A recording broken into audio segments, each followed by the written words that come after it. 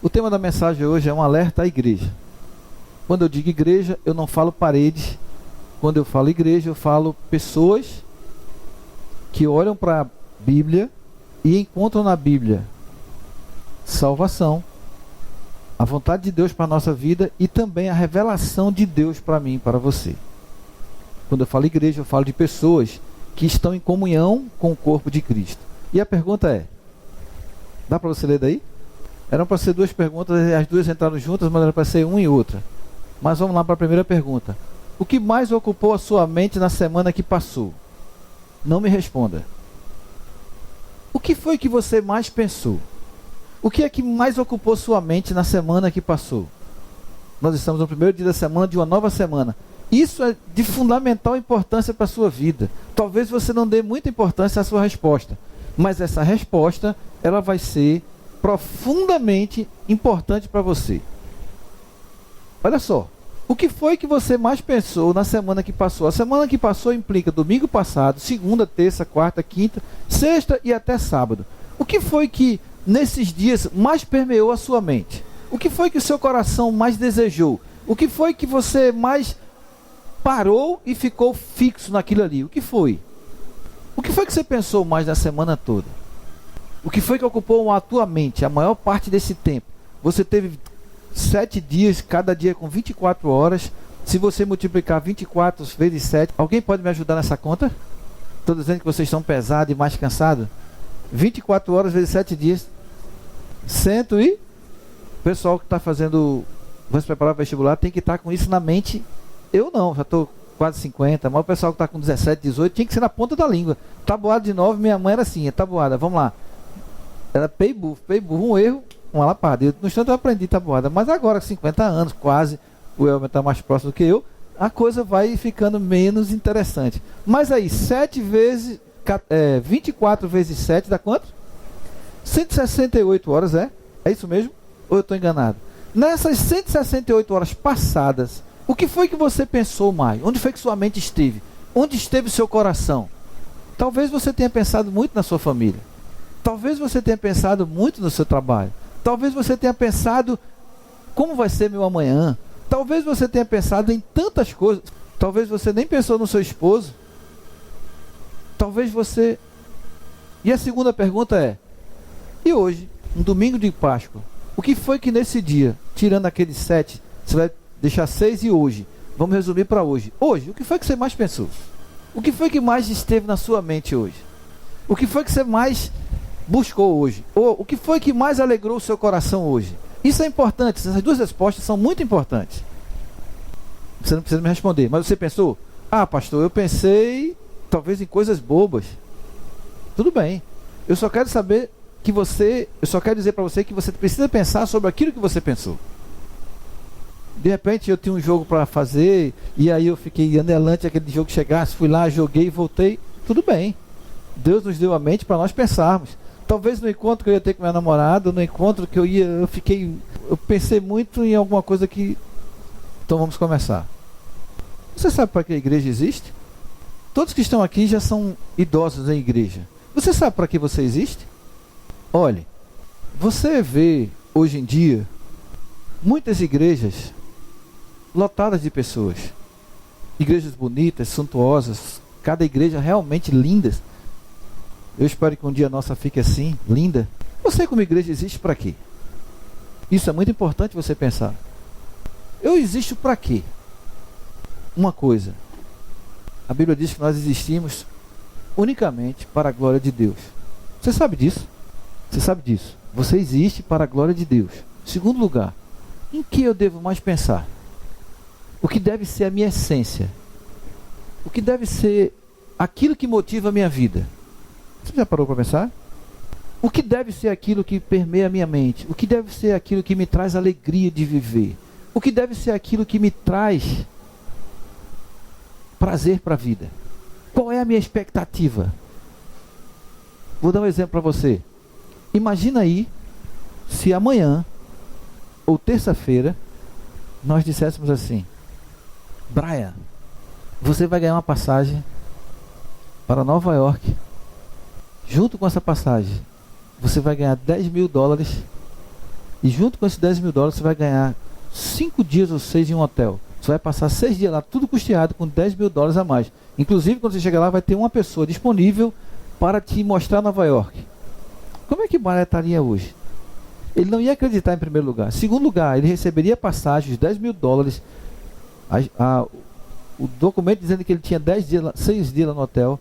Ele não ia dormir mais. Ele ia dizer para a mãe, ia dizer para todo mundo, ia ficar. E amanhã ele estaria nessa ânsia. Na terça-feira, na quarta-feira embarcaria. Mas a partir de agora, segunda e terça, ele estaria só pensando em quê? Na viagem. Mas absolutamente nada iria perturbar a mente dele. Mas absolutamente nada iria estar interferindo na mente dele. Ele estaria buscando, ou visando e olhando para essa viagem. E você, como igreja, o que deve motivar você? Você sabe? Se sabe, não me responda. Mas será que você sabe mesmo? Está aqui o presbítero Josenildo, está aqui o presbítero Felipe. O que deve ser que motiva a vida desses homens? Pastor Paulo, os diáconos da igreja. O que deve ser que motiva a nossa vida, que nos dá alegria? Às vezes você tem uma vida cheia de dificuldade, falta dinheiro, tem conta para pagar e não tem dinheiro. Você queria ter alguma coisa, não consegue buscar aquilo, não consegue ter na sua mão. Você tem sonhos que não foram alcançados ainda e outras coisas mais. Mas apesar disso tudo, tem que ter algo que motive você. Você tem que estar aqui e isso deve motivar você todos os dias da sua vida. Você sabe o que é? Vamos deixar essa pergunta aí para depois. Você sabia que sua mente pode estar afetada por isso aí? Minha mente pode estar afetada pelo mistério da injustiça. O que seria esse mistério da injustiça? É algo maligno, extremamente secreto, que atua no mundo, levando você e levando o mundo para um engano. Engano? É. Existe um trabalhar espiritual maligno que leva você, conduz multidões para o engano. Quer ver um exemplo de um engano? Olha só como esse mistério atua. Nós estamos comemorando a Páscoa. O que é que o mundo diz que representa a Páscoa?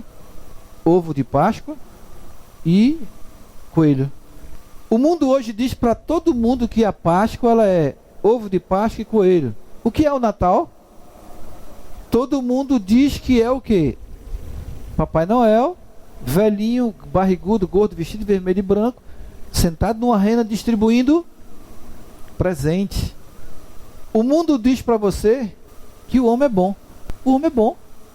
E você acredita em tudo isso. Que o homem é bom, que a Páscoa é ovo de Páscoa e coelhinho. Se não acredita, você diz, não, isso aqui é para comércio, mas eu sei que a Páscoa simboliza alguma coisa, mas você não quer nem saber o que a Páscoa simboliza espiritualmente. Você não quer saber o que simboliza o Natal, o que ele representa para a humanidade. Você até fala, é um momento que Cristo nasceu, mas quem é Cristo? Ah, um cara legal, alguma coisa boa. E aí a Bíblia diz que o homem não é bom. Quando alguém chegou para o Senhor Jesus e disse, o Senhor, tu és bom. Ele disse, por que você me chama de bom? Bom só há um, que é o Pai. Deus é bom. Nós não precisamos de Deus para nada. Você está doente, você vai no médico, o médico te cura. Você está com um problema, você vai e resolve.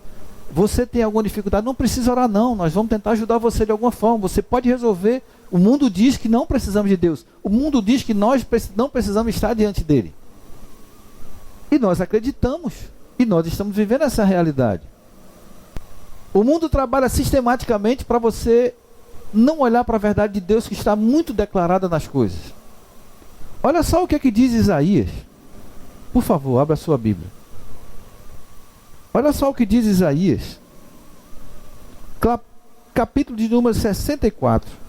O profeta Isaías ele vai falar a respeito do ser humano. E ele fala numa relação de Deus olhando para o homem. E ele vai dizer, mas todos nós somos como o imundo. E todas as nossas justiças como traço de imundícia. E todos nós caímos como a folha. E as nossas culpas como um vento nos arrebatam. E já ninguém há que invoque o teu nome, que desperte e te detenha. Não há ninguém que faça isso. O profeta Isaías ele vai falar numa perspectiva que o homem ele é imundo, as suas justiças são trapo de imundície.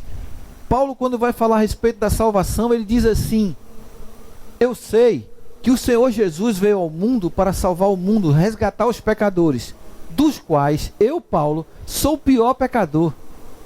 Quem era Paulo? Ele vai dizer uma hora para a gente quem ele era. Eu sou um fariseu da alta linhagem de Israel, eu sou romano, eu falo em línguas, eu tenho capacidade de falar e entender profundamente vários idiomas, sou um cara formado na intelectualidade grega, no mundo helênico, apesar de habitar no mundo romano, o romano absorveu toda a cultura helênica, e Paulo era um cara muito mente aberta. Ele era um camarada que entendia a questão filosófica do mundo, as problemáticas do mundo. Paulo vai escrever profundamente sobre isso, sobre a questão do problema humano. E ele vai dizer, eu sou tampa de cruz. Mas diante de Cristo eu não sou absolutamente nada. Diante de Cristo eu não mereço absolutamente nada. Eu sou muito pequeno. O mundo está dizendo para nós que tudo que você está vendo é algo real. O mundo está dizendo para você que isso é duradouro. O mundo está dizendo para você que o que nós precisamos é de homens capazes. Eu tive o privilégio, ou talvez não, de ver um debate sobre se a maioridade deve aumentar ou não. E aí as pessoas só faltavam se matar. Interessante como o homem que não conhece a Deus, e alguns que se dizem que conhecem, mas não conhecem também, quando há uma discordância, há uma briga endêmica. É um problema grave. Um acha que devia aumentar e o outro acha que não devia aumentar.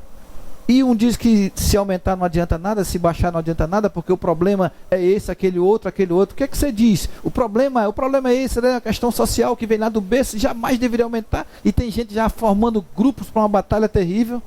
Inclusive pastores e padres defendendo que deve aumentar ou não. Um diz que não. Mas eu não vi nenhum evangélico, mas nenhum, se levantar e dizer assim, eu quero dizer para todos vocês que tanto faz você aumentar a maioridade penal ou baixar a menoridade penal. Tanto faz aumentar ou baixar. Isso não vai funcionar. Porque o culpado do rapaz fazer aquilo com 17, 18, 15, 14, ou o homem de 30, 34, é o pecado. Não tem importância se você vai botar para 17, ou 18, ou 20, ou você vai diminuir para 12, 13. O fato gerador dele fazer aquilo ali é o pecado. Portanto, não adianta você estar debatendo se deve aumentar ou não. São paliativos para algo que não tem cura, que é o pecado do mundo. O mundo só faz isso por causa do pecado. E não tem um evangélico, que quando levante para se defender esse tema, ele diga, não adianta você subir ou baixar. Tem evangélico botando a faca no pescoço do outro, porque o outro quer aumentar, tem que ficar como está, o outro não tem que baixar, e ele bota a faca lá. E nenhum deles diz assim, não adianta não, tira a faca. O que eu quero dizer para o mundo é que não adianta, o pecado vai continuar dominando o mundo. Você já pensou se você chegar em alguma universidade americana top de linha, e você chegar para dizer assim, vocês estão estudando muita coisa, mas o mais importante vocês não estão estudando o que é? O conhecimento de Deus. Vocês não buscam conhecer a Deus, vocês não querem saber de Deus, vocês não se aprofundam de Deus. O que é que eles vão fazer com você? Eles vão te internar. Imediatamente eles vão dizer, você está louco, meu amigo. Isso é assunto para se trazer para um lugar acadêmico como esse? Isso é assunto para a gente discutir aqui? Isso é uma verdadeira loucura. Como é que nós vamos conversar sobre isso aqui? Você sabe que isso aqui é um lugar de ciência? Onde é que Deus entra aqui? Mas a Bíblia diz que feliz a nação cujo Deus é o Senhor. Mas o que acontece? As nações têm tirado Deus. E tem um sistema maligno, que eu chamo de mistério da injustiça. Ele está trabalhando e permeando nos corações e na mente, fazendo com que nós nos esqueçamos do mais importante para a nossa vida. Eu perguntei para você, o que foi que você pensou a semana passada? E o que foi que você pensou hoje? Os seus pensamentos e as suas obras ratificam o que eu estou dizendo. Você não está preocupado com algo extremamente importante. Porque o mistério da injustiça, ele está agindo. Ele está agindo nos corações, nas mentes da igreja, na mente das pessoas. E nós estamos vivendo aqui em um mundo e uma esperança o quê? De dias melhores, de um mundo justo, de um mundo de paz, que é isso que é anelado e buscado, de um mundo que busca melhoria para todo mundo, uma igualdade melhor. Nós estamos trabalhando isso, e sabe onde é que eles estão dizendo que eles vão conseguir isso? Quando os homens escolherem homens capazes. Não adianta você botar homens capazes, não adianta você botar políticos melhores. Você tem que buscar entender que você precisa de Deus na vida do homem. O homem que não tem Deus, ele é egoísta. Naturalmente ele é egoísta. O homem que não tem Deus, ele dá valor a si mesmo. O homem que não tem Deus, ele valoriza o homem. O homem que não tem Deus, ele busca as coisas para si. E nós precisamos de alguém que, antes de tudo, ame e tema ao Senhor. Nós precisamos de alguém que busque a Deus. Mas o sistema está todo dominado por homens que estão dizendo que os homens é que vão trazer solução. O Clube de Roma resolveu trazer unidade para a Europa. Os Estados Unidos, em 1920, mais ou menos, eles romperam tudo da Europa e um grupo de pessoas, alguns milhões de pessoas saíram da Europa e foram para uma nova terra. Eles deixaram para trás língua, eles deixaram para trás tradições, eles deixaram para trás religião, eles deixaram para trás muitas coisas. Então, italianos, alemães, suecos, austríacos e outros N's, franceses, foram embora para uma nova terra e começaram do zero. Eles romperam com tudo e começaram uma nova vida. E nesta nova vida que eles começaram depois da Guerra Civil, o que é que foi colocado? A unidade. Se não houver unidade, você não vai para frente. Se não houver unidade, nós não vamos crescer. E os Estados Unidos, eles foi um país que cresceu demais, porque ele botou igualdade, liberdade e unidade. E disseram, nós precisamos crescer. E hoje ele é um dos maiores países do mundo. E sabe o que a Europa fez com o Clube de Roma? Vamos olhar para o exemplo dos Estados Unidos e vamos trazer isso para a Europa. E aí você vê a Europa hoje crescendo em unidade. Eu acho que o pessoal mais antigo aí, eles não imaginariam que a Europa ia chegar onde estava hoje, onde está hoje. Uma moeda, um lugar onde os países estão convergindo. O próprio Papa Vaticano assina um documento para o Parlamento Europeu pedindo, nós precisamos de um líder. A Europa precisa de um líder que una a Europa para que nós possamos unidos vencermos. Para que nós possamos unidos construir uma humanidade mais justa. Para que possamos construir uma humanidade cheia de paz. Uma humanidade onde há igualdade. Uma humanidade onde haja o respeito. E isso precisa ser um homem só determinando. Enquanto você divide, o próprio Senhor Jesus disse, quando você divide, um exército dividido contra si mesmo, ele não consegue crescer. Mas um exército que se une, ele cresce.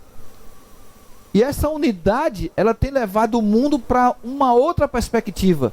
É o homem o centro de todas as coisas. E o que acontece conosco? Nós somos bombardeados diariamente por uma mídia global, que ela trabalha fazendo o quê? Você esquecer de coisas importantes para a sua vida. Você tem colocado na sua mente que o importante para você é família, colocado para você que o importante é você, que o importante é seu emprego, que o importante é isso, aquilo, outro. Praticamente temos na nossa mente uma ideia de que nós iremos viver 200 anos, porque com a medicina como está hoje, as coisas são resolvidas, tudo nós conseguimos dar um jeito, com a luta, com o esforço, não sei o que, você vai, e devagar nós vamos tirando Deus da nossa vida. Deus vai ficando distante, Deus vai ficando distante, Deus vai ficando distante. Quando chegamos para algum cara muito inteligente desse mundo e falamos para ele sobre a importância de Deus vir em primeiro lugar, ele quer internar você. Ele vai dizer para você, você está louco, você está ficando maluco, como é que você quer uma coisa como essa? Olha só o que diz em 1 Coríntios 1,18. 1 Coríntios, abra sua Bíblia lá rapidamente. 1,18. Porque a palavra da cruz é loucura para os que se perecem, mas para nós que somos salvos é o poder de Deus. Porque a palavra da cruz é loucura para os que perecem. Olha agora o 23. Mas nós pregamos a Cristo crucificado, que é escândalo para os judeus e loucura para os gregos. 24. Mas para os que são chamados, tanto judeus como gregos, lhes pregamos a Cristo, poder de Deus e sabedoria de Deus. Para muita gente, isso é uma coisa louca. Não é que ele me veja como louco, não. Não é que quando eu prego ele me chame de louco, eu chamo os pastores de louco. Eles vão dizer que a mensagem que eu estou falando é uma loucura. É a mensagem. Eles voltam-se para essa mensagem e vão dizer para você, isso é loucura. Como é que você, no pleno século 21, como é que você acredita numa mensagem como essa? Isso é uma coisa ultrapassada, isso é uma coisa perdida. E é importante que você entenda que do tempo de Paulo para cá, essa realidade ela já atinge profundamente o ser humano. Se você ler em 2 Tessalonicenses do 3 ao 12, eu não vou ler todo esse texto, eu vou diminuir, mas eu quero ler para você somente até onde é interessante para nós. O 2, a partir do 3. 2 Tessalonicenses 3 em diante. Ninguém, de maneira alguma, vos engane, porque não será assim sem que antes venha a apostasia e se manifesta o homem do pecado, o filho da perdição. Ele está falando sobre quando é que Cristo vai voltar. Quando é que esse dia de Cristo, o dia de Cristo vai chegar. Aí ele vai dizer, esse homem que vai aparecer, o filho da perdição, ele se opõe e se levanta contra tudo que se chama Deus ou se adora. De sorte que se assentará como Deus no templo, querendo e parecendo ser como Deus. Não vos lembrais de que estas coisas vos dizia quando ainda estava convosco? E agora vós sabeis o que eu detém, para que a seu próprio tempo seja manifestado. 7. Porque já o mistério da injustiça opera. Se você quiser ler em casa o restante, você lê.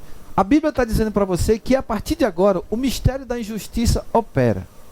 E esse mistério da injustiça ele tem trabalhado para de forma sistemática destruir tudo que diz respeito a Deus. 1 João, você vai para a sua direita aí, lá antes do Apocalipse. 1 João 4.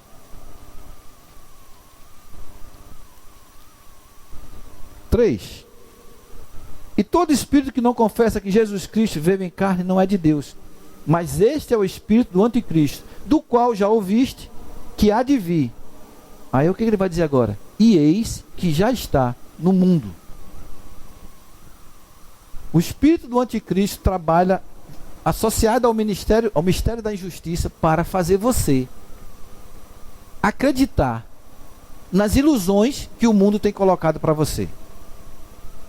Ilusões efêmeras, ilusões que não trazem benefício nenhum para a sua vida, mas que você vai acreditando. E ele tem permeado a igreja de Deus, ele tem entrado dentro da igreja de forma muito ímpar. E o que é que ele tem feito? Ele tem dito para você que você não precisa de Deus. Ele tem dito para você que o Senhor Jesus não vai voltar. Ele tem dito para você que vai demorar muito, se diz para você. E o que acontece? Vai fazendo você viver uma vida que a resposta para aquelas duas perguntas, elas vão ser vergonhosas para Deus. As suas prioridades não são Deus de forma nenhuma. Aquilo que você mais anela, aquilo que você mais busca, por mais incrível que você possa achar, isso é uma vergonha, não é Deus. Aquilo que você mais anela para a sua vida, não é Deus. Você anela por sucesso, você anela por posição social, você anela por coisas materiais, coisas fúteis, coisas passageiras, coisas efêmeras, coisas que não trarão nada para a sua vida. E nada disso era aquilo que Deus gostaria que você anelasse. Você se diz crente, bota uma Bíblia embaixo do braço e frequenta a igreja, mas você não sabe o que é o mais importante para você. Eu fui criado para adorar a Deus. E agora o que é que deve motivar minha vida? A minha olhada para Deus agora, o que é que me deve fazer? Eu não vivo essa realidade. Eu sou um crente morto, eu sou um crente morno. É uma igreja grande que o Senhor Jesus está fora dela, porque essa igreja não anela pelo Senhor. Isso é uma coisa triste. A igreja não anela pelo Senhor da igreja. A igreja não obedece ao Senhor da igreja. A igreja relativiza o Deus da igreja. A igreja não tem compromisso com esse Deus. Essa igreja não tem compromisso com o reino. Essa igreja não se preocupa com o reino. Essa igreja não está nem aí para o espiritual. Ela vive o material do dia a dia. É o meu trabalho, amanhã eu vou trabalhar, amanhã eu vou dar aula, amanhã eu vou estar vendendo meu carro, amanhã eu vou ter que negociar aquilo, amanhã eu estou no escritório, amanhã eu estou fazendo isso, fazendo aquilo, e depois da manhã eu tenho isso, e depois da manhã eu tenho isso, e tudo que você tem dentro de você, motivando e incentivando a sua vida, é material. Tudo que leva você a sorrir, é filho, é filha, são objetivos pessoais, particulares lá na frente, que você está trabalhando e alcançando, e aquilo motiva a tua vida, traz alegria, você alcancei isso, tenho mais isso, tenho mais aquilo, vou tentar chegar ali amanhã, vou tentar passar nesse concurso, vou tentar fazer aquilo, eu quero mudar de emprego para lá, baraná, baraná. Isso é o que está motivando a sua vida. Eu não estou dizendo aqui também para você ser um preguiçoso, o que eu estou dizendo é que o que deve motivar, principalmente a sua vida, é uma esperança que você não tem. Não estou dizendo para você ficar em casa parado e você desistir de lutar pelas coisas. O que eu estou dizendo é o que está motivando você. São coisas carnais. não são as coisas que Deus gostaria que motivasse você. Analise a sua vida, o que é que você mais almejou na semana que passou? O que é que você mais buscou? O que trouxe alegria ao seu coração? O que motivou você? O que te empurrou? O que te fez vencer sono, cansaço? O que te fez vencer outras coisas importantes para a sua vida que você deixou de lado porque você está focado em algo? O que foi isso aí? O que foi que te levou amanhã a ter isso, a sorrir? O que foi? Foram coisas materiais? Agora, não abra a Bíblia ainda. Não abra agora. A minha pergunta é, você que me ouve, está ali o César, está ali o Elmer ali atrás, me olhando, e eu quero perguntar para você, será que você vive essa realidade? Você vai dizer para mim, vive ou não? Quem aqui vive essa realidade? Levante a mão. Eu fiz uma pergunta para a igreja. Eu fiz uma pergunta para vocês. Não abra a Bíblia, senão não tem graça a pergunta. Eu vou fazer novamente a pergunta para você. O pessoal que tem 10, 15 anos de igreja, o pessoal que tem 40 anos de igreja, os presbíteros que estão aqui, os diáconos, as irmãs que têm mais de 80 anos de convertida. Eu estou perguntando para vocês, vocês vivem essa realidade? Vocês vivem essa realidade aqui? Então essa palavra vem muito bem a calhar. Sabe por quê? Porque não se prega isso mais em igrejas hoje. O que é dito para você é que Deus vai te dar vitória, que Deus vai abrir as portas para você, que Deus vai fazer isso, que Deus vai fazer aquilo, aquilo outro. Ele pode fazer porque Ele tem poder, sim. Mas eu quero dizer, o que motiva a sua vida não deve ser isso. E eu perguntei para você, você vive essa realidade? E eu tenho certeza absoluta. Eu tenho certeza absoluta. Como a grande maioria do mundo evangélico, mas a grande maioria mesmo, não vive isso aqui. E portanto, se não viverem isso, escuta o que eu vou dizer para você. Não podem, de forma nenhuma, encontrar-se com o Senhor Jesus. Você está pensando que coisa grave? Você está imaginando que coisa horrível você está ouvindo? Se você não vive essa realidade, você não vai se encontrar com o Senhor Jesus. De que adianta então você estar com a Bíblia embaixo do braço, frequentando uma igreja? Pois é, eu pergunto, do que adianta estarmos vivendo uma falsa, algo que é falso, não é real? Vamos abrir agora o texto? Tito, Filemão, você estava em 1 João, tal, volte para a sua esquerda, você vai encontrar Hebreus, aí você vai encontrar Timóteo, nesse intervalo aí você vai encontrar esse texto. Tito 2:13. Você encontrou esse texto? Eu gostaria que você lesse comigo. Tito 2:13. Olhe, todo mundo abriu a Bíblia, eu vou ler para você. Agora eu vou ler a partir do 11. Porque a graça de Deus se há manifestado, trazendo salvação a todos os homens. Está vendo? A graça de Deus se manifestou, trazendo a salvação a todos os homens. A Bíblia é o tempo todo falando sobre salvação. Por que o Senhor Jesus fala sobre salvação? Porque o mundo está perdido sem Ele. Não há outro sistema que leve você a Deus a não ser o Senhor Jesus. Porque Ele diz, eu sou o caminho. Ou Ele era louco, ou Ele era. E Ele abre a boca e diz, eu sou o caminho para Deus, ninguém vai a Deus se não for por mim. Portanto, Ele bate de frente com todas as religiões, todas, absolutamente todas. E Ele diz para você, não há a menor possibilidade de você ser salvo somente pela bondade sua, pelas suas obras. Não há a possibilidade de você ser salvo pela religião de Babel. Não há a possibilidade de você encontrar-se com Deus com ou através da religião de Babel. O que é a religião de Babel? É a unificação, a união dos homens para, através das boas obras, alcançar a quem? O céu, alcançar a Deus. O Senhor Jesus vem e diz para você, não há a menor possibilidade de você ser salvo pelas obras. E Ele deixa muito claro isso na cruz, quando tem dois ladrões, um de um lado, outro de outro, e um cara lá marginal, cheio de pecado, crucificado, portanto, um indigno para o cidadão romano, para aquele sistema romano. Aquele cara que estava ali sendo morto com o Senhor Jesus, ele era indigno de ser ou conviver com os romanos, por isso ele estava crucificado. A pior morte era crucificado. Era maldito o homem que fosse para o madeiro. E aquele cara estava no madeiro e ele estava sendo crucificado. E ele olhou para o Senhor Jesus, um moribundo, e disse para ele, lembra-te de mim quando entrares no teu reino. Só há uma forma de você entrar no reino. Se você disser para o Senhor Jesus, Senhor, lembra-te de mim, pecador, sem nenhuma opção, sem obras nenhuma na mão, digna de entrar no teu reino. Mas eu peço, por misericórdia, que tu lembres de mim. Você pediria algo a um moribundo, acabado, detonado, morrendo igual a você numa cruz? Você olhava para você, eu pelo menos estou morrendo inteirinho. Esse camarada está morrendo todo detonado. E aquele homem olhou para o Senhor Jesus e disse: posso te fazer um pedido? Eles podem. Lembra-te de mim quando entrares no teu reino. E a palavra que veio para ele foi: hoje mesmo estarás comigo no paraíso. Só há uma forma de você ser salvo. E a Bíblia fala salvação, salvação, salvação, salvação, salvação. E o homem não dá a mínima para nada disso. Mas a falsa religião diz para você que você pode ser salvo pelas obras. Aí o Senhor Jesus vem e disse: você não pode ser salvo pelas obras. Na verdade, você não pode ser salvo por nenhum esforço seu, por nada que você faça. Você só será salvo única e mediante a fé. Fé é ver o que não é visível. Fé é você crer naquilo que você não pega, não sente. Eu não vejo Deus, mas eu sei que Ele existe, porque eu vejo o que Ele criou. E eu falei para alguém, domingo passado: você vê o vírus? Não. E como é que você sabe que o vírus existe? Pelo que está acontecendo no seu corpo.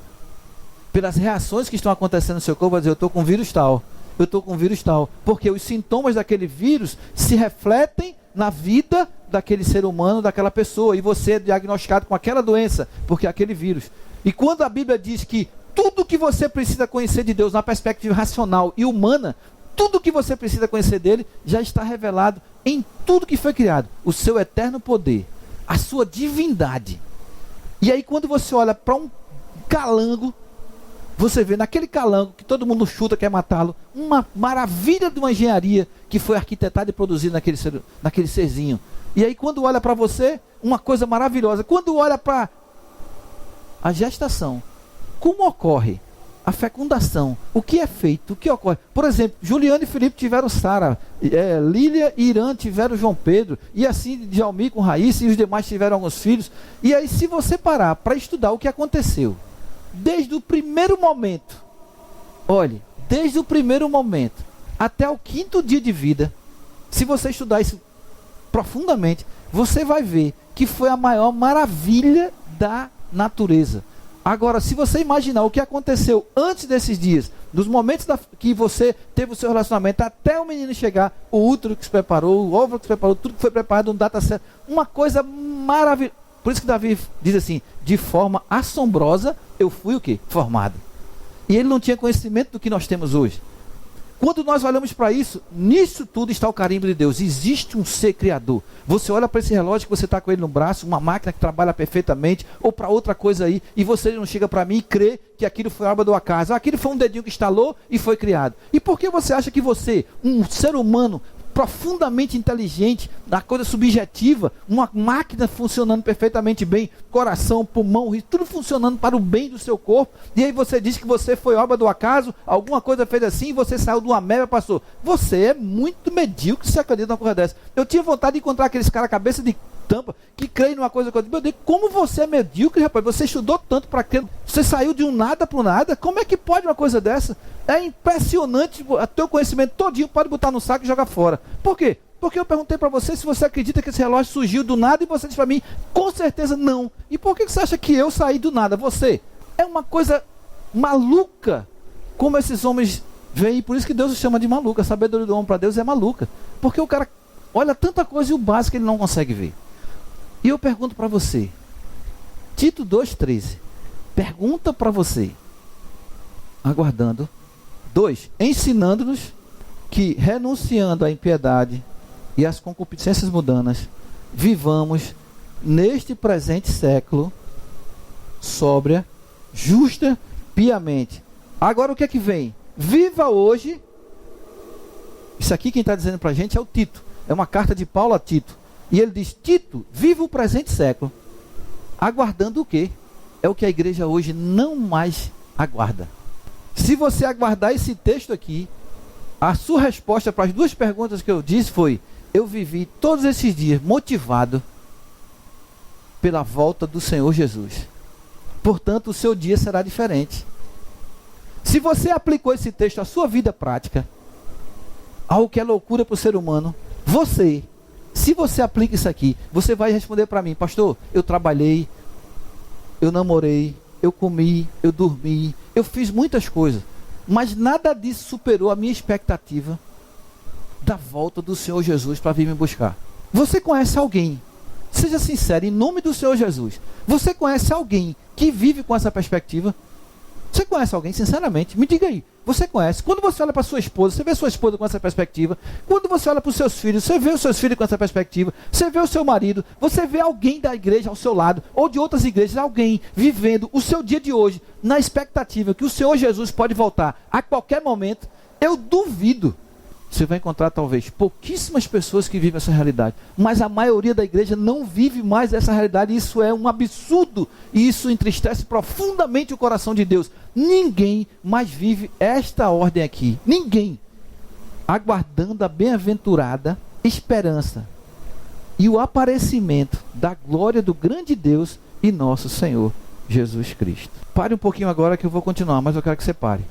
Em nome do Senhor Jesus, todos que estão me ouvindo, homens e mulheres, jovens, adultos e os mais idosos, vocês vivem essa realidade? Pensem, o que motiva a sua vida é a volta do Senhor Jesus? Se não for, você está perdido. Se não for, nós estamos perdidos. Eu olho para esses jovens, olho para as pessoas mais maduras, os mais idosos. Se nós não tivermos essa esperança, nós estamos perdidos. Nós somos pobres demais. Quantos aqui creem que o Senhor Jesus vem? Levante a mão. Não acreditam não. Vocês não acreditam. Sinceramente não acreditam. Sabe por quê? Porque vocês não responderam as duas primeiras perguntas como deveriam responder. Vocês levantaram a mão, mas vocês não vivem essa realidade. Talvez nós não vivamos. E eu me incluo nessa daí. Sabe por quê? Porque o espírito, o ministério da iniquidade e o espírito do anticristo tem trabalhado na nossa vida para tirar de nós essa esperança. O que é esperança? O que é esperança? É uma perspectiva boa. Eu tenho uma esperança de descobrir a cura. Eu tenho a esperança de ver você sair dali. Portanto, eu estou numa perspectiva boa, alegre.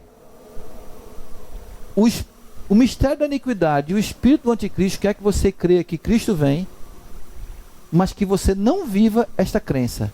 Você pode até professar, porque a Bíblia vai dizer: Senhor, em teu nome eu expulsei demônios, em teu nome eu falei novas línguas. Estou falando, em teu nome eu fiz isso. Mas na prática o Senhor vai dizer assim: não te conheço. Por que não conhece? Porque diz, mas não vive. E quem vive na esperança do Senhor Jesus voltar, não vive como estamos vivendo. Eu perguntei para você, o que foi que você pensou hoje, mais no dia de hoje?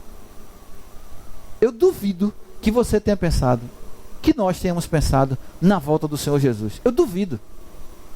Eu vivi hoje, seu pastor, pronto para, se o Senhor Jesus chegar, eu estar pronto. A minha semana todinha eu trabalhei, corri, mas pronto. Pronto. Você está entendendo a gravidade do que eu estou falando para você? Agora deixa eu dizer uma coisa para você. Você sabe que o Senhor Jesus vem, né? Todo mundo levantou a mão. Mas deixa eu ler para você o texto que ele diz que ele vai vir. Tiago, depois de Hebreus, antes ali de 1 João, 1 Pedro, Tiago 5, 7 e 8. Eu gostaria que você saísse daqui hoje altamente reflexivo. Eu gostaria que você saísse daqui hoje altamente refletindo sobre a sua vida. Se a sua vida é motivada, digamos aí, vou pegar ali algumas pessoas que já têm netos, que têm filhos. Meus filhos estão criados. Bom, Moisés, estou com 97 anos, meus filhos estão criados. Agora está tudo. O que é que move a sua vida? Aí vamos pegar um caba novo feito de Jalmir. Vamos pegar um mais novo, o El. Vamos pegar um mais novo, outro ali, outro aqui. Aí eu pergunto, o que é que motiva a sua vida? O que é que motiva a sua vida? A volta do Senhor Jesus? Então vamos lá, Tiago 7, 8. Todo mundo encontrou? Sede, pois, irmãos, pacientes até a vinda do Senhor. Eis que o lavrador espera o precioso fruto da terra, aguardando com paciência até que receba a chuva temporã e serôdia. Sede vós também pacientes, fortalecei o vosso coração, porque já a vinda do Senhor está próxima. Você sabe quando foi escrito o livro de Tiago? No primeiro século da era cristã.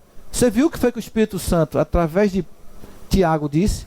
A vinda do Senhor está próxima. Aí você vai dizer, já vão fazer 2000 anos. Lembre-se que para Deus um dia corresponde a quantos anos? 1000. E 1001. Portanto, na perspectiva de Deus, isso ele falou há 2 dias atrás. Isso quer dizer, para Deus é muito recente. Você está entendendo o que eu quero falar sobre tempo? Porque você pode dizer para mim, já pastor, já faz 2000 anos aí, não acontece nada, Cristo vai vir nada. É o espírito do mistério da iniquidade que está trabalhando na sua mente para você ficar extremamente relaxado. Cristo não vai voltar. E a sua prática de vida diz que você não está aguardando Tito 2,13. A sua prática de vida diz, olhe bem, a sua prática de vida diz que você não vive Tito 2,13. As suas obras, o seu pensamento e o que sai de dentro de você não ratifica que você vive a esperança. Eu, pelo menos, estou há 14 anos nessa igreja e nunca vi, dentro desta igreja, uma pessoa que pudesse, com as obras, com as suas palavras e com a sua mente, mostrar isso aqui. E isso é profundamente triste. Talvez até nem eu, em alguns momentos, tenha vivido isso aí. Ou viva em um e outros poucos, não preocupado com alguma coisa. Mas nada, Josenildo, deve ser mais importante para nós do que termos isso na nossa mente. O Senhor Jesus vai voltar. Você viu o que Tiago disse? Tiago disse que a vinda do Senhor Jesus está o quê? Próxima. João, Evangelho segundo escreveu João. Esse texto todo mundo sabe. 14, Lucas, João 14. Não se turbe o vosso coração. Credes em Deus, credes também em mim. Na casa do meu pai há muitas moradas. Se não fosse assim, eu vos teria dito, pois vou preparar-vos lugar. E se eu for e vos preparar lugar, virei outra vez e vos levarei para mim mesmo, para que onde eu estiver, estejais vós também. Você sabe por que o Senhor Jesus escreveu isso aqui? Porque ele olhou para os seus discípulos e viu, olhou para cada um deles, e ele tinha um amor tão grande por eles, que ele escreveu isso aqui. Eu li uma história interessante. Um pai entrou no... O filho estava brincando no quarto, o pai entrou no quarto, fechou a porta, sentou na cama e ficou só olhando para o filho. E o filho brincando, olhou para o pai, sorriu, continuou brincando. Ele brincou uns 10 minutos, depois ele parou. Pai, por que você entrou aqui? Por que foi que o senhor veio até aqui? E o pai disse, meu filho, eu senti vontade de estar perto de você. Quem ama, gosta de estar perto. Quem ama, gosta de conversar. Quem ama, gosta de trocar ideia. Quem ama, gosta somente de ficar assim do lado, olhando, admirando. E o Senhor Jesus aqui sabia que iria se separar dos seus discípulos na perspectiva humana. E ele olhou para cada um deles e disse, não se turbe o vosso coração. Isso é uma palavra de amor, uma palavra de quem ama profundamente e que iria ficar um tempo afastado. De que iria ficar um tempo sem ter o contato da perspectiva humana. E ele olha para eles e sentiu aquilo. Ele, como ser humano profundamente perfeito, ele sentiu aquele momento antecipadamente, a separação que traria. Ele trouxe para eles, não se turbe o vosso coração, credes em mim e também no Pai. Na casa dele há muitas moradas, porque eu vou preparar lugar. E eu vou preparar e virei buscar vocês. Quando nós participamos da ceia, nós estamos dizendo no memorial, fazer isto em memória de mim, até que ele venha. Isso é, mensalmente nós renovamos a nossa perspectiva de Tito 2,13. A volta iminente do Senhor Jesus. Mas nós vivemos como se não fosse isso acontecer nunca, porque o ministério da iniquidade trabalha fazendo isso. Agora, 3 coisas eu preciso dizer para você. A primeira, ele vai voltar. Agora, há uma coisa interessante aí. A primeira coisa do que ele vai voltar é, ele não disse nem o dia e nem a hora. Então não há como você saber o dia e nem a hora. Se você soubesse o dia, a hora pouco importa. O Senhor vem quinta-feira, na quarta-feira até meia-noite, tinha gente pintando e bordando. Quando fosse, Senhor, nosso Deus e Pai, da tua presença, entrego minha vida, tu és o meu Senhor, meu Salvador, tu és tudo para mim, sem o Senhor não vivo. Aí a Bíblia diz que ele não diz nem a hora e nem um dia. Quer ver isso aí escrito? Então vamos lá. A primeira coisa que você tem que saber, não há nenhuma dica em relação ao dia e a hora que ele virá. Mateus 24:36. Que Deus aplique essa palavra em nossos corações. Porém, daquele dia e hora, ninguém sabe, nem os anjos dos céus, nem o Filho, na perspectiva de humanidade, mas unicamente meu Pai. Passe por 42. Vigiai, pois, porque não sabeis a que hora há de vir o vosso Senhor. 44. Por isso estáis vós apercebidos também, porque o Filho do Homem há de vir a hora em que não pensais. Então a primeira lição para você, você que está vivendo e respondendo aquelas 2 perguntas lá, o Senhor Jesus vai vir. Isso é Ele vai dizer no texto aqui, é como a águia, como o urubu procura o cadáver, eu virei. É interessante ele falar isso aí, né? A primeira coisa é, o Senhor Jesus vai vir buscar a sua igreja. Ele prometeu, e aqueles homens estavam olhando o Senhor Jesus subir lá em Atos, e apareceu 2 anjos e perguntaram para ele, por que vocês estão olhando para o céu tão triste? Esse mesmo Jesus que vocês viram subir, aí ele diz assim, do mesmo modo ele vai voltar. Do mesmo modo que ele subiu, ele vai voltar. Isso é, vocês verão ele voltando. Do mesmo modo que ele foi subindo, ele vai descer. A igreja hoje não mais crê nesta verdade. A igreja não tem essa esperança. Eu estou mentindo? Isso é terrível. Nós não temos mais essa esperança. Nós não vivemos mais na esperança de Tito 2,13. Ele vai voltar. Só que nós não sabemos nem o dia e nem a hora. E o que isso quer dizer, pastor? Isso quer dizer que ele vai vir no momento que você menos estiver esperando. Você está entendendo a gravidade? Você vai perder a eternidade, porque o Senhor Jesus virá no dia que você menos estiver esperando. Isso quer dizer, no dia que você estiver mais relaxado espiritualmente, é o dia que ele vai chegar. Olha esse texto aí. Lucas 17, 26. Vamos lá no 20. E interrogado pelos fariseus, os tampa de cruz do conhecimento da lei, sobre quando havia de vir o reino de Deus, respondeu-lhes e disse, o reino de Deus não vem com aparência exterior. Nem dirão, ele aqui ou ele ali, porque eis que o reino de Deus está entre vós. Agora ele disse para os seus discípulos, dias virão, em que desejareis ver um dos dias do Filho do Homem, e não vereis. E dir-vos-ão, ele aqui ou ele ali, não vades nem o sigais. Porque como relâmpago que ilumina desde uma extremidade inferior do céu até a outra extremidade, assim será também o Filho do Homem no seu dia. A Bíblia diz que é num abrir e fechar de olhos que o Senhor Jesus vem. Então, olha só, ele vem no dia que você menos espera, é num abrir e fechar de olhos extremamente rápido, e você vai estar, presta atenção, no dia que ele for vir, desse jeito aqui, ó, 26.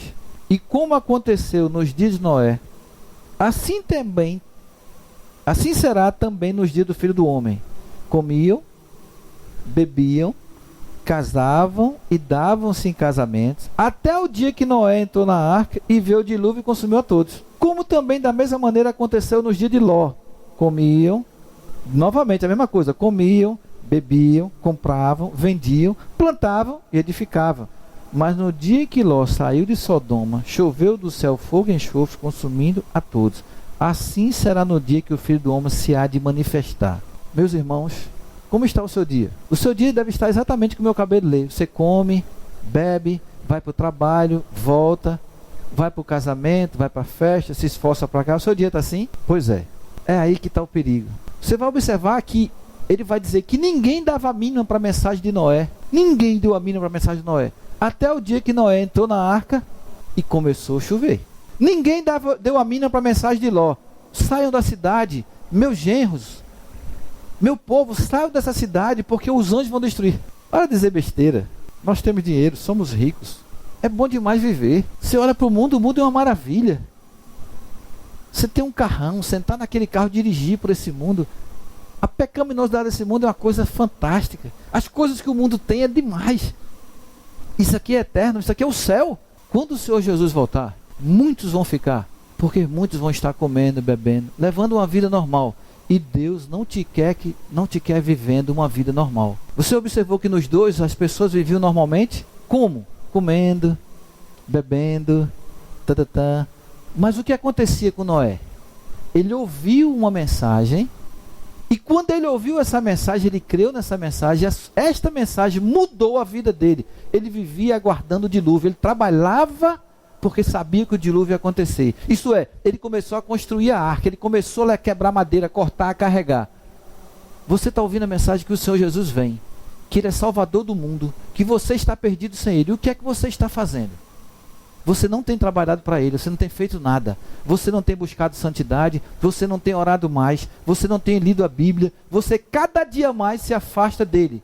Lembre-se que Noé jamais deixou de trabalhar. A partir do momento que ele recebeu a notícia, Noé, construa uma arca, porque eu irei destruir o mundo, eu vou mandar chuva sobre a terra. E Noé não sabia nem o que era chuva, porque a Bíblia diz que até ali um vapor regava toda a superfície da terra. E o que acontece? Noé creu e começou a trabalhar para construir a arca. O que é que você está fazendo?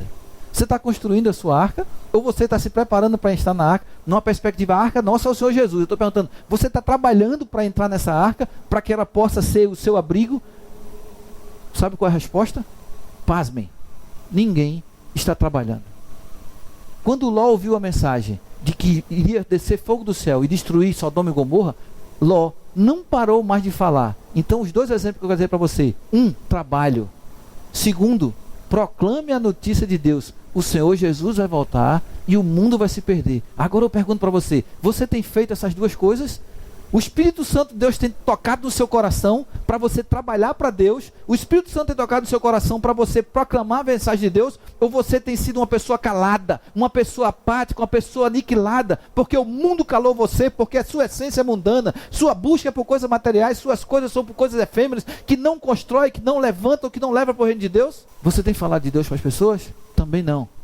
Você está vivendo exatamente o que a Bíblia diz. Você vai viver, comer, beber, dizendo que é crente, andando com a Bíblia embaixo do braço, mas você não tem a essência de crente. Você não foi transformado, você não foi lavado, você não foi convertido, você não foi regenerado, você não foi justificado, você não foi feito nova criatura, você é mundano, a sua mente está no mundo, você deseja as coisas do mundo, quer viver igual o mundo vive, todos os anéis do mundo para você são importantes, você aplica na sua vida, você introduz no seu dia a dia o pensamento mundano, a pecaminosidade mundana, as concupiscências mundanas, o que o mundo almeja, o mundo quer, você também vive. Mas sabe o que mais te identifica com o mundo? Sabe o que identifica mais a igreja com o mundo? É que o mundo não está nem aí para o Senhor Jesus. E você está igual a ele, não está nem aí para ele. Você vive a sua vida com uma capa de crente, com o nome de crente, mas você não está nem aí para o Senhor. Você não está nem aí para o Senhor, você peca. Você continua pecando. Você continua colocando Deus no último lugar na tua vida. Eu perguntei para você na semana que passou o que foi que mais motivou a sua vida. Eu duvido que alguém aqui possa me dizer: foi a volta do Senhor Jesus, e para isso eu vivi, bati o prego, fiz tudo o que tinha que fazer, mas eu anelava, o Senhor Jesus pode voltar a qualquer momento. Você lembra que eu falei aqui que a volta do Senhor Jesus é como um ladrão? Eu vou ler para você agora. Ele vai voltar. Ele não diz o dia e a hora, mas ele diz para você que você vai ser uma pessoa que talvez quando ele volte, você não esteja trabalhando para ele, você não faz nada para ele, e você também não proclama a mensagem do Evangelho. Noé proclamava e trabalhava. Noé, deixa de ser doido, tu está construindo uma arca aqui na parte mais alta. Loucura. Esse velho endoidou, meu amigo. Mas a palavra de Deus para quem está se perdendo é loucura. Sabe por que a pessoa chamaram Ló? Noé, tu é doido, tu está ficando gagado, tu está novo ainda, mas tu está ficando doido. Como é que tu vai construir uma arca em cima desse morro aqui, Noé? Nunca água nenhuma chegou além daquele riozinho ali. E ele dizia: se preparem, porque Deus disse que vai mandar juízo. Deus vai mandar juízo. Ele trouxe a salvação, a arca, e eu estou trabalhando nela. Vocês não querem me ajudar? Vocês não querem contribuir para ela? O que é que você está fazendo? O que é que você está fazendo para o reino de Deus? Nada. Mas você está comendo, bebendo, indo para a festa, aproveitando o feriado, viajando, como eu, indo para aí, para lá e para cá, não tá? Tá. Segundo lugar, Ló, quando recebeu a noticiazinha, Ló abriu a boca e não se calou mais. Gritava, implorava. Ele gritava tanto e tinha tanto afeição de tirar aquele povo, que o anjo chegou para ele e pegou assim: pega esse cara e joga para fora, porque ele não vai sair daqui. Disse: Ló, rapidamente sai aí, pregando, saia que nós vamos destruir a cidade, saia ele sem querer sair anunciando, por favor, o pessoal. Aí eu pergunto para você, eu não quero saber o que o pessoal está dizendo para você, eu quero saber o que é que você está fazendo. Você que me ouve, se você não acredita na volta do Senhor Jesus, esta é a maior e mais absurda crença que você pode ter. Porque ele disse que viria, porque ele mentiria se ele já veio? Você sabe que o Velho Testamento, ele profetiza a vinda do Senhor Jesus, e ele veio. E ele abriu a boca e disse: eu voltarei para buscar vocês. Quando ele olhou para os discípulos, ele ficou profundamente triste porque queria deixá-los. Não é brincadeira não, quando você gosta de alguém, você vai se separar. Por isso que eu não gostava muito da Marinha, porque na Marinha nós saímos para passar 1 mês ou 2 fora, e aí sempre era aquela despedida, que mesmo você sabendo que daqui a 3 meses você estava de volta, mas você sabia que aquilo era ruim, então na despedida era horrível. E às vezes eu chegava cedo no navio, ficava no navio lá, olhando, e aí eu ficava vendo as famílias chegando, e aí os filhos se despedindo dos pais, as esposas se despedindo dos maridos, e era um choro só. E eu ficava olhando aquilo, eu digo, meu Deus, isso é uma coisa terrível. Aí eu ficava olhando, não sou casado, não tenho esposa, mas deve ser terrível você passar 3 meses longe da sua esposa, longe dos seus filhos, e aí o marido abraçava a esposa ia chorando, o filho, e era geralmente domingo à tarde, à tardezinha assim, e eu ficava lá de cima olhando assim, na borda do navio assim, observando lá, e o pessoal lá embaixo se despedindo no pier, e eu ficava olhando, que tristeza profunda. E eu disse, eu não quero isso para minha vida não. Eu não quero chegar domingo à tarde, vir com minha esposa até que ela me deixar me abraçar e passar 3 meses sem vê-la, 4 meses, numa missão da Marinha. Deus me livre. Meus filhos, criados por quem, criados por aquilo, isso não entrava na minha mente. Isso eu achava isso terrível. Aí o Senhor Jesus olha para os discípulos assim, não se turbe o vosso coração. Credes em mim e credes também em Deus. Na casa do meu Pai há muitas moradas. E eu vou preparar lugar para vocês. O que ele está dizendo? Eu amo vocês, vocês são importantes para mim. Creiam no que eu estou dizendo, porque sou eu que estou dizendo. Eu sou a verdade, eu sou a vida. O Senhor Jesus vai voltar. O Senhor Jesus não disse nem um dia nem a hora. 1 Tessalonicenses 2. 1 Tessalonicenses 5, 2.